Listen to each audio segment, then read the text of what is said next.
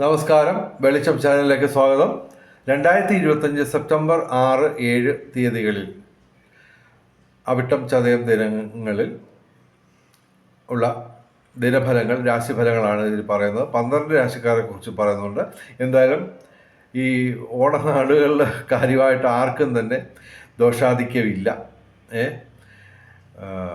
ഇതിൻ്റെ correct timing പറയുകയാണെങ്കിൽ September 6 രാവിലെ 11:21 AM മുതൽ സെപ്റ്റംബർ 8 ഉച്ചയ്ക്ക് 2:29 PM വരെയാണ് ഈ ഫലങ്ങൾ അനുഭവവേദ്യമാകുന്നത്. ആദ്യം മേടം രാശി നോക്കാം. അശ്വതി ഭരണി കാർത്തിക ആദ്യപാദം. മേടം രാശിക്ക് ഗുണാധിക്യമാണ് കാണുന്നത്. 5 ഗ്രഹങ്ങൾ അനുകൂലമായിട്ട് നിൽക്കുന്നു. പ്രധാനമായിട്ടും ചൊവ്വ ഇവർക്ക് അനുകൂലമാണ്. ഭൂമി ക്രയവിക്രയങ്ങളുടെ നേട്ടമുണ്ടാവും. അതുപോലെ തന്നെ കൃഷി, റിയൽ എസ്റ്റേറ്റ് മേഖലയിൽ ഉയർച്ചയുണ്ടാവും. നിയമപരമായ പ്രശ്നങ്ങളിൽ നേട്ടമുണ്ടാവും. അതുപോലെ തന്നെ രാഷ്ട്രീയ പൊതുരംഗങ്ങളിൽ ഇവർക്ക് ഉയർച്ചയുണ്ടാവും. ഭാഗ്യപരീക്ഷണങ്ങളിൽ സാധ്യതയാണ്.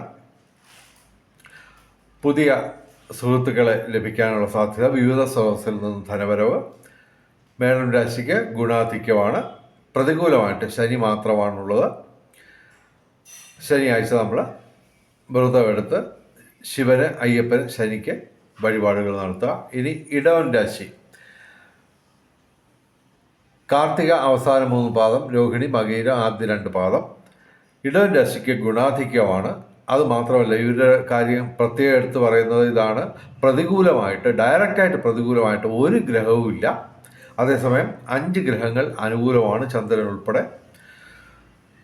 ഏകദേശം 4 ഗ്രഹങ്ങൾ ഗുണദോഷ സമ്മിശ്രമായിട്ടുള്ള ഫലം തരുന്നു. അപ്പോൾ ഇടവൻ രാശിക്ക് അത്യധികം ഗുണാധിക്യമുള്ള ദിവസങ്ങളാണ് 6, 7 തീയതികളിൽ.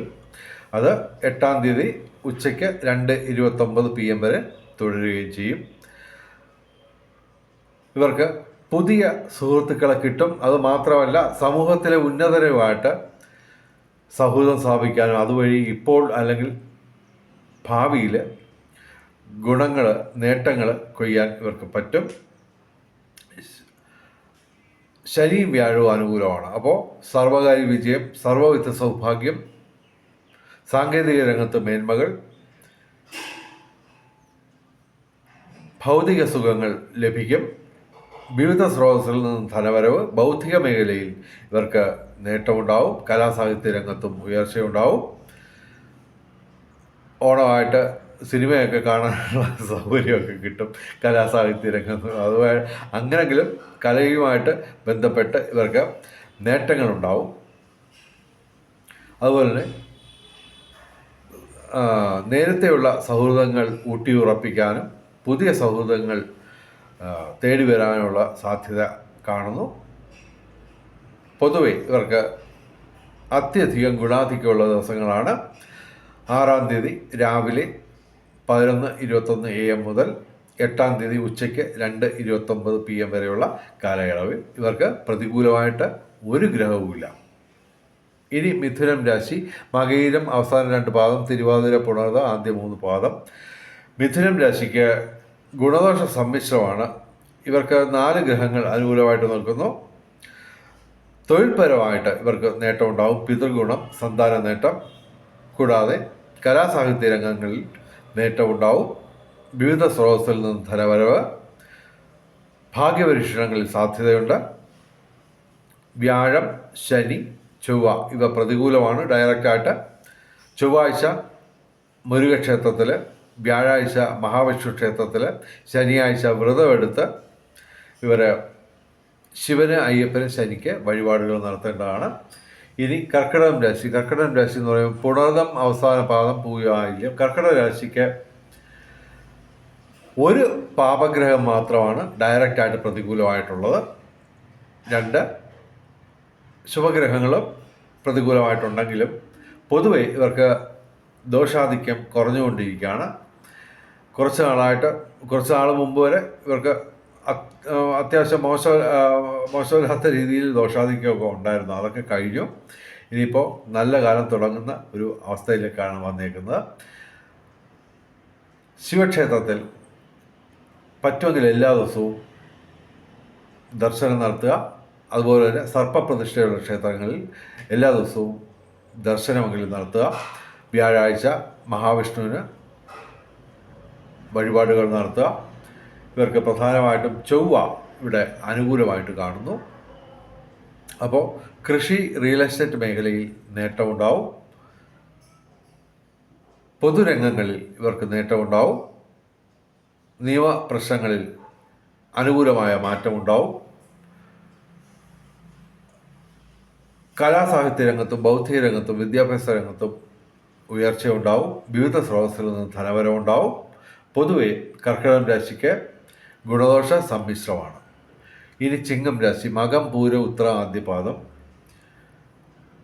ചിങ്ങം രാശിക്ക് പുതിയ സുഹൃത്തുക്കളെ കിട്ടും. പഴയ സൗഹൃദം ഊട്ടിയുറപ്പിക്കാൻ പറ്റും. സമൂഹത്തിലെ ഉന്നതരുമായിട്ട് ബന്ധം സ്ഥാപിക്കാനും അതുവഴി ഇപ്പോൾ അല്ലെങ്കിൽ ഭാവിയിൽ നേട്ടം ഉണ്ടാക്കാൻ പറ്റും. ഭൗതിക സുഖങ്ങൾ, അതുപോലെ തന്നെ വിവിധ സ്രോതസ്സിൽ നിന്ന് ധനവരവ്, കലാസാഹിത്യ രംഗങ്ങളിൽ നേട്ടം. പിന്നെ ഇവർക്ക് 5 ഗ്രഹങ്ങൾ ഡയറക്റ്റായിട്ട് പ്രതികൂലമാണ്. തൊഴിൽപരമായിട്ടുള്ള പ്രശ്നങ്ങൾ ഉണ്ടാകാൻ സാധ്യതയുണ്ട്. അതിന് ഞായറാഴ്ച ശിവക്ഷേത്രത്തിൽ വഴിപാടുകൾ നടത്തുക. അതുപോലെ തന്നെ ബുധനാഴ്ച ശ്രീകൃഷ്ണ ക്ഷേത്രത്തിൽ വഴിപാടുകൾ നടത്തുക. ശനിയാഴ്ച വ്രതമെടുത്ത് ശിവന്, അയ്യപ്പന്, ശനിക്ക് വഴിപാടുകൾ നടത്തുക. വെള്ളിയാഴ്ച ഗണപതി ക്ഷേത്രത്തിൽ അല്ലെങ്കിൽ ചാമുണ്ഡി ക്ഷേത്രത്തിൽ വഴിപാടുകൾ നടത്തുക. ആഴ്ചയിൽ മുഴുവനും 7 ദിവസവും സർപ്പപ്രതിഷ്ഠയുള്ള ക്ഷേത്രങ്ങളിൽ ദർശനം നടത്തുക. ചിങ്ങം രാശിക്ക് ഗുണദോഷ സമ്മിശ്രമാണ്. ഇനി കന്നിരാശി, ഉത്രം അവസാന 3 പാദം, അത്തം, ചിത്തിര ആദ്യ 2 പാദം. കന്നിരാശിക്ക് ഗുണദോഷ സമ്മിശ്രമാണ്. എങ്കിലും ഇവർക്ക് 4 ഗ്രഹങ്ങൾ ഡയറക്റ്റായിട്ട് പ്രതികൂലമായിട്ട് നിൽക്കുന്നു. ചൊവ്വാഴ്ച മുരുകക്ഷേത്രത്തിൽ, ഞായറാഴ്ച ശിവക്ഷേത്രത്തിൽ, ബുധനാഴ്ച ശ്രീകൃഷ്ണ ക്ഷേത്രത്തിൽ വഴിപാടുകൾ നടത്തുക. ശനിയാഴ്ച വ്രതമെടുത്ത് ഇവർ ശിവന്, അയ്യപ്പന്, ശനിക്ക് വഴിപാടുകൾ നടത്തുക. ഇവർക്ക് കലാസാഹിത്യ രംഗത്ത് ഉയർച്ചയുണ്ടാവാം. ഭാഗ്യപരീക്ഷണങ്ങളിൽ സാധ്യതയുണ്ട്. വിവിധ സ്രോതസ്സിൽ നിന്ന് ധനവരവുണ്ടാവും. കന്നിരാശിക്ക് ഗുണദോഷ സമ്മിശ്രമാണ്. ഇനി തുലാം രാശി, ചിത്തിര അവസാന 2 പാദം, ചോതി, വിശാഖം ആദ്യ 3 പാദം. തുലാം രാശിക്ക് ഇവിടെ 6 ഗ്രഹങ്ങൾ ഡയറക്റ്റായിട്ട് അനുകൂലമാണ്. ചൊവ്വ മാത്രമാണ് ഡയറക്റ്റായിട്ട് പ്രതികൂലം. അപ്പോൾ ചൊവ്വാഴ്ച മുരുകക്ഷേത്രത്തിൽ വഴിപാടുകൾ നടത്തുക. ചന്ദ്രൻ ഇവിടെ വന്നിട്ട് ഗുണദോഷ സമ്മിശ്രമായിട്ടുള്ള ഫലമാണ് തരുന്നത്. അതുപോലെ ശുക്രനും ഗുണദോഷ സമ്മിശ്രമായിട്ടുള്ള ഫലമാണ് തരുന്നത്. ഇവർക്ക് തൊഴിൽപരമായിട്ട് നേട്ടമുണ്ടാവും. രാഷ്ട്രീയ പൊതുരംഗങ്ങളിൽ നേട്ടമുണ്ടാവും. കാര്യം ശനി, വ്യാഴം, സൂര്യൻ ഇവ അനുകൂലമാണ്. ശനി ഇവിടെ 6ാം ഭാവത്തിൽ അനുകൂലമായിട്ട് നിൽക്കുന്നു. അപ്പോൾ സർവകാര്യ വിജയം, ഏർപ്പെടുന്ന ഏത് കാര്യത്തിലും ഒരു വിജയ സാധ്യത നിലനിൽക്കുകയാണ്. പിന്നെ സാങ്കേതിക മികവുകൊണ്ട് ഇവർക്ക് അത്ഭുതങ്ങൾ സൃഷ്ടിക്കാനും അതുവഴി നേട്ടം ഉണ്ടാക്കാനും പറ്റും. ഭൗതിക സുഖങ്ങൾ, അതുപോലെ തന്നെ സർവ്വവിധ സൗഭാഗ്യം, പൊതുവെ ഭാഗ്യം ഇവരെ തുണയ്ക്കുന്ന ഒരു കാലയളവാണ്. അതുപോലെ തന്നെ ബൗദ്ധിക മേഖലയിൽ ഉയർച്ചയുണ്ടാവും. ഭാഗ്യപരീക്ഷണങ്ങളിൽ സാധ്യതയുണ്ട്. പൊതുവെ തുലാം രാശിക്ക് അത്യധികം ഗുണാധിക്യമുള്ള ദിവസങ്ങളാണ്. ഇനി വൃശ്ചികം രാശി, വിശാഖം അവസാന പാദം, അനിഴം, തൃക്കേട്ട. വൃശ്ചികം രാശിക്ക് വ്യാഴം മാത്രമാണ് ഡയറക്റ്റായിട്ട് പ്രതികൂലമായിട്ട് നിൽക്കുന്നത്. വ്യാഴാഴ്ച ഇവർ മഹാവിഷ്ണു ക്ഷേത്രത്തിൽ വഴിപാടുകൾ നടത്തുക. ഇവർക്ക്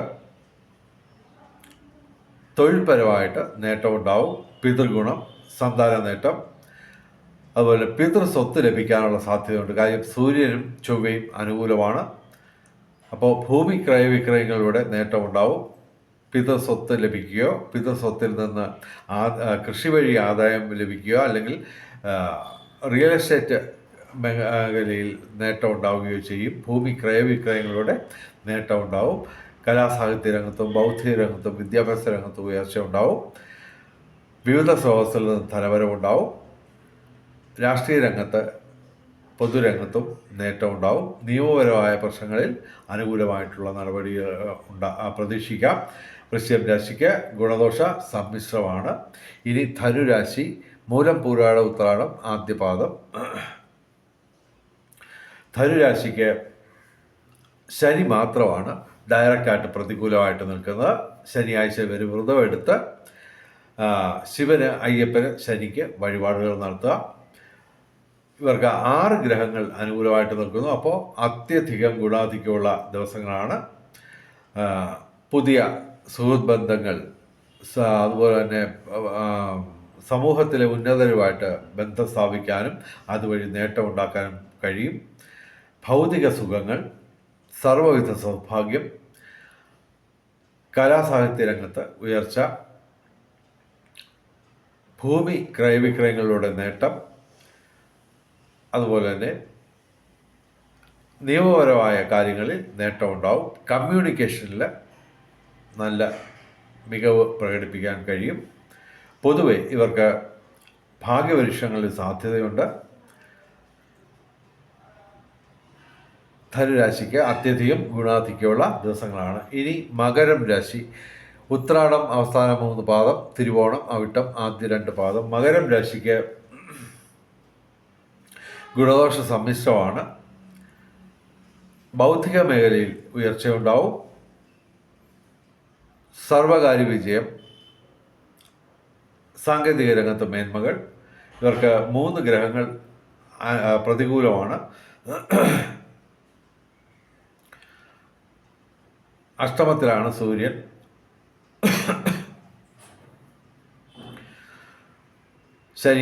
ഞായറാഴ്ച ഇവർ ശിവക്ഷേത്രത്തിൽ വഴിപാടുകൾ നടത്തുക.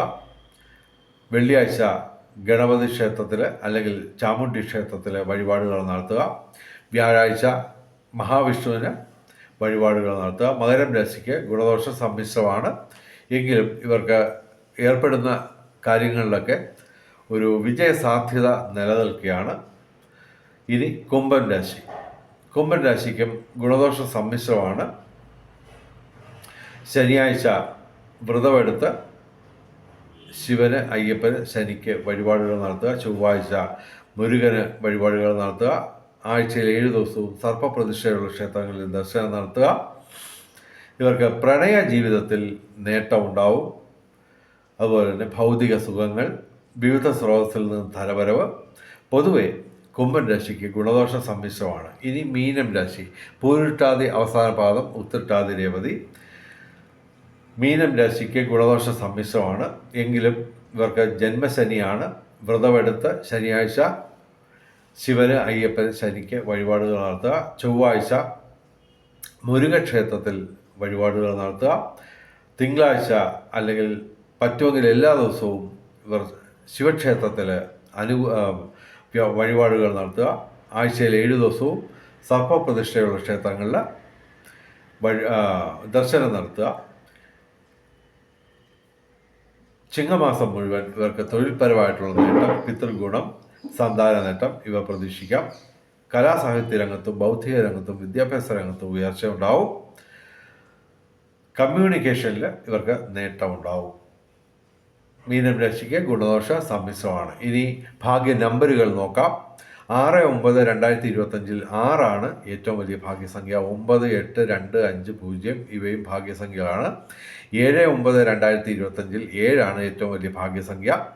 9, 8, 2, 5, 0 ഇവയും ഭാഗ്യസംഖ്യകളാണ്. ഇനി ബ്രഹ്മമുഹൂർത്തം നോക്കാം. 6-7 തീയതികളിൽ 4:43 AM മുതൽ 5:31 AM വരെയാണ് 6-7 തീയതികളിൽ ബ്രഹ്മമുഹൂർത്തം. അഭിജിത്ത് മുഹൂർത്തം 6-7 തീയതികളിൽ ഉച്ചയ്ക്ക് 12 PM മുതൽ ഉച്ചയ്ക്ക് 12:49 PM വരെ ആണ് അഭിജിത്ത് മുഹൂർത്തം 6-7 തീയതികളിൽ.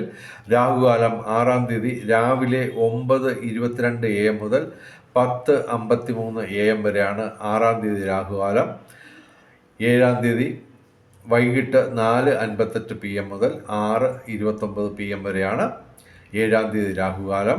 രാഹുകാലത്ത് യാത്രകൾ ഒഴിവാക്കുക, പ്രധാനപ്പെട്ട കാര്യങ്ങളിൽ നിന്ന് വിട്ടു നിൽക്കുക. അഭിജിത്ത് മുഹൂർത്തത്തിലും ബ്രഹ്മമുഹൂർത്തത്തിലും പ്രധാനപ്പെട്ട കാര്യങ്ങൾ ചെയ്യാൻ ശ്രമിക്കുക. ബ്രഹ്മമുഹൂർത്തത്തിൽ പ്രാർത്ഥനകൾക്ക് പ്രാധാന്യം നൽകുക. ഇനി ഭാഗ്യ നിറങ്ങൾ നോക്കാം. 6-ാം തീയതി ശനിയാഴ്ച നീല, കറുപ്പ്.